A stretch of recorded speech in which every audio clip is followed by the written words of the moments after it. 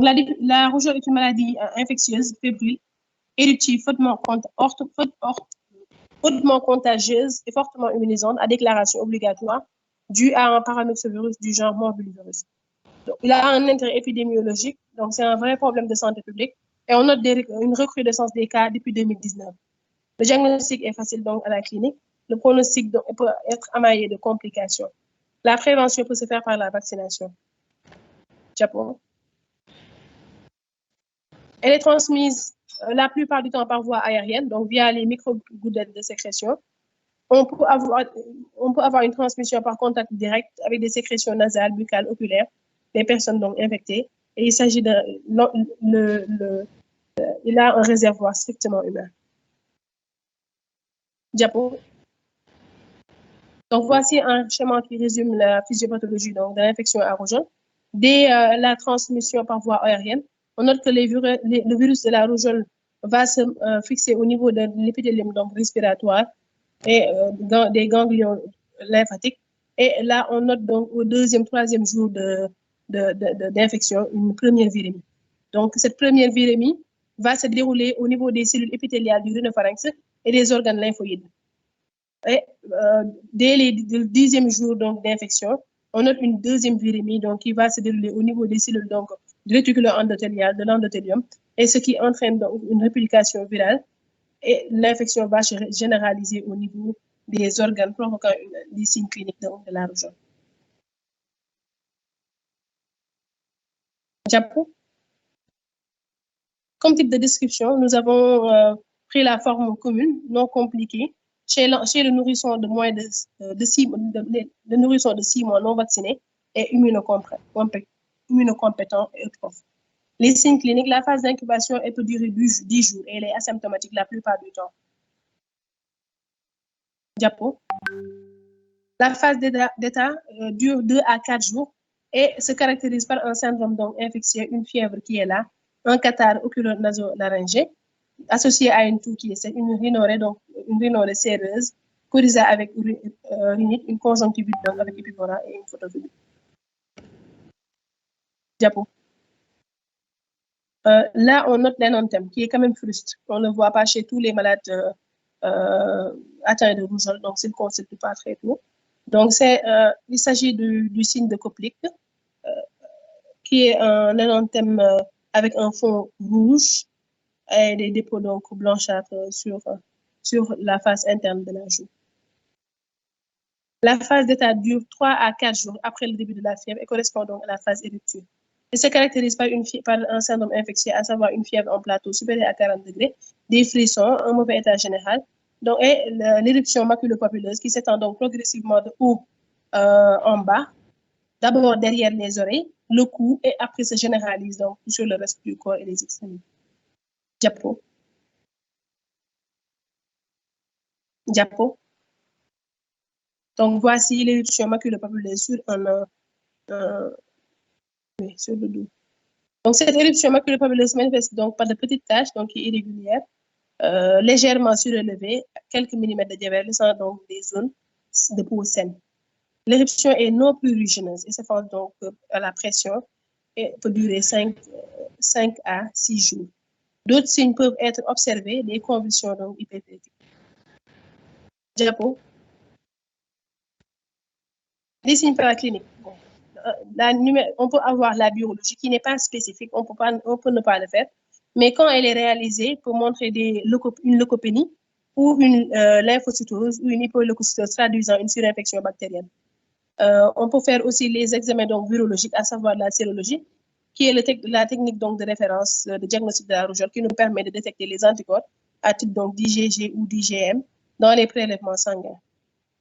Diapo. On peut faire aussi le RT-PCR, qui est actuellement donc le technique donc, standard pour la détection, sur la détection donc, de l'antigène de la rougeole, sur les échantillons donc, de rhinopharyngé sanguin, salivaire, urinaire. Donc, et on peut le faire à 12 jours après l'éruption. La culture, bon, on peut le faire, mais ici, on ne le fait pas dans nos régions, pour isoler le virus de la rougeole, qui nous permet de voir la souche. Est-ce que cette souche de la rougeole est-ce qu'elle est vaccinale ou bien il y a une autre chose qui est entrée dans nos régions. L'imagerie n'est pas spécifique, mais seulement pour rechercher des complications. Diapo. L'évolution, le plus souvent, l'évolution peut être favorable. Donc, on surveille donc les constants de la température, le pouls, la fréquence cardiaque, l'éruption, l'examen physique, donc l'éruption, on fera l'examen de tous les appareils. Et on peut aussi avoir une surveillance donc paraclinique, à savoir surtout la radiographie du thorax. Diapo. Donc, les modalités évolutives. L'évolution est favorable, donc, même sans traitement, donc de 3 à 5 jours. On a donc une déférvescence progressive. Donc, le patient se sent beaucoup mieux, l'éruption donc pâlit, laissant donc des anomalies de la coloration, donc brune cuivrée, des desquamations donc, qui sont avec un aspect donc, de peau tigrée. Aspect tigré, donc d'une peau dépigmentée. Voici un enfant donc reçu à un stade de desquamation.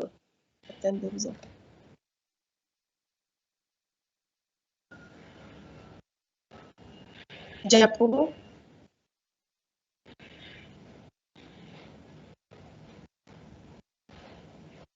On a une disparition du catarrhe donc au 10e jour. Donc l'enfant est asthénique, anorexique, et la guérison est obtenue à 15 jours donc après l'infection, donc avec une immunité définitive.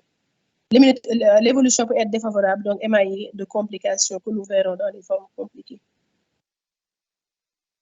Diapo.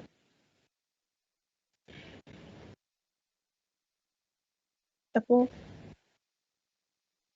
Et les formes compliquées. Donc, formes symptomatiques, on a les complications aériennes et respiratoires. On peut observer la otite moyenne, donc qui est une complication fréquente donc, chez les enfants présentant une infection à rougeole, chez les enfants de moins de 5 ans. Il est favorisé par l'obstruction nasale, donc qui entraîne une inflammation au niveau de l'épithélium donc de la trompe de Stache. Diapo.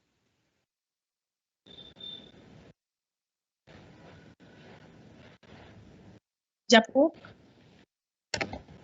C'est déjà la diapo suivante.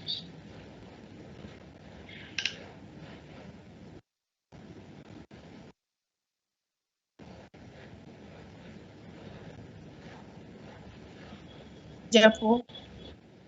C'est à la laryngotrachéobronchite. J'ai déjà mis la diapo suivante. Là, je n'ai pas la diapo suivante. Je sais pas si en fait, je pense qu'il y a, Dr. Yas, il y a un décalage entre toi. Je ne sais pas sur quel appareil tu t'es connecté. Mais nous, on va les diapositives. Parce que là, je suis à l'hôpital, je suis de garde, donc voilà, c'est tout ça. La connexion. La connexion, il y a un décalage à ton niveau, mais nous, on le reçoit à temps pour les diapositives. Ou bien tu laisses Dr. Inès finir. Je pense que c'est mieux. Dr. Inès. Oui, Dr. Yenaba. Il faut finir la présentation à sa place.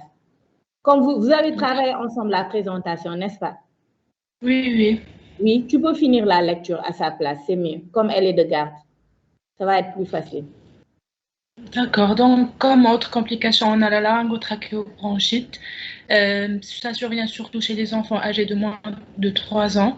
On a une laryngite qui est précoce, triduleuse pendant la phase d'invasion et liée au virus morbilleux lui-même. Et c'est surtout, elle est surtout de bon pronostic. On peut aussi avoir des laryngites tardives sous-glottiques, odémateuses, qui surviennent en fin d'éruption et à une surinfection bactérienne. On peut aussi avoir une bronchiolite aiguë